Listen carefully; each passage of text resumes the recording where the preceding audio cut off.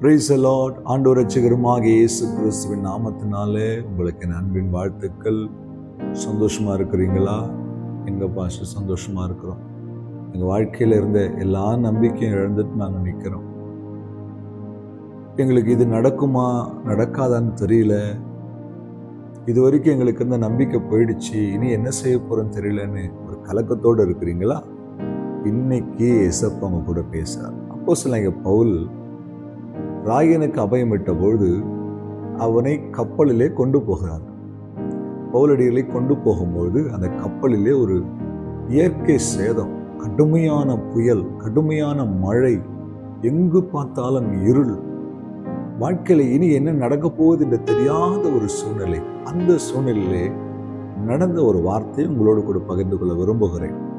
அப்போஸ்தலர் 27ஆம் அதிகாரம் 20ஆம் வசனத்தை வாசிக்கும் பொழுது, இனி தப்பி பிழைப்போம் என்னும் நம்பிக்கை முழுமையும் அற்று போயிற்று. ஒரு கொடுமையான ஒரு சூழ்நிலை. இனி நாங்க தப்பிக்கவே முடியாதுன்ற ஒரு மனநிலைக்கு வந்துட்டாங்க. அந்த கப்பலில் இருந்து அத்தனை பேருக்கும் தெரிஞ்சு போச்சு, நாம் உயிர் பிழைக்க முடியாது, இனி தப்பி பிழைக்க வாய்ப்பே இல்லை என்கிற நம்பிக்கை முழுவதும் அற்று போன ஒரு நிலைமை. ஆனால் ஒரு மனிதனுக்கு மாத்திரம் ஒரு நம்பிக்கை, நான் ஆராதிக்கிறவரும் நான் சேவிக்கிறவருமாய கர்த்தர் என்னை ஒருபோதும் கைவிட மாட்டார். அந்த விசுவாசம் அவருக்குள்ள இருந்தபடினாலே கர்த்தர் வாக்கு கொடுத்தார். அவர்கள் வாக்கு தத்தத்தின்படி அத்தனை பேரையும் காப்பாற்றினார்.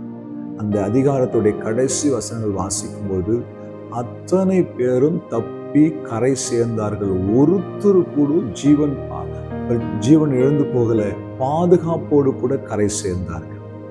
என் அன்பு தேவ பிள்ளையே, நம்முடைய வாழ்க்கையில கூட இனி முடியாது, அவ்வளவுதான், அப்படி இனி எதுவும் நடக்க போறதில்லை, அவ்வளவுதான், எல்லாம் முடிஞ்சு போச்சு, எல்லா கதவுகளும் அடைச்சாச்சு, நம்பிக்கை இழந்து போன ஒரு நிலைமையில நீங்க இந்த வார்த்தையை கேட்பீங்கன்னா நாம தைரியமா சொல்ல முடியும், நாம் ஆராதிக்கிற தேவன் நமக்கு ஒரு வழியை திறந்து வைத்திருக்கிறார். எல்லா வாசல்கள் அடைக்கப்பட்டாலும், எல்லா நம்பிக்கையும் முற்றிலும் அற்று போனாலும், கர்த்தர் மேல இறுதி வரைக்கும் நம்பிக்கையா நின்னீங்கன்னா நிச்சயமாய் உங்களை என்னை தப்பி கரை சேர்ப்பதற்கு அவர் வல்லமை உள்ள தேவனாய் இருக்கிறார். ஆம் அன்பு தேவ பிள்ளையே, நம்பிக்கை இழந்து போயிட்டீங்கன்னா உங்க வாழ்க்கையில இனி ஒருபோதும் ஆண்டவர் செய்கிற நன்மைகளை பார்க்க முடியாது. அத்தனை பேர் நம்பிக்கை இழந்து போனாலும் பவுலுக்கு மாத்திரம் அந்த நம்பிக்கை இருந்தது.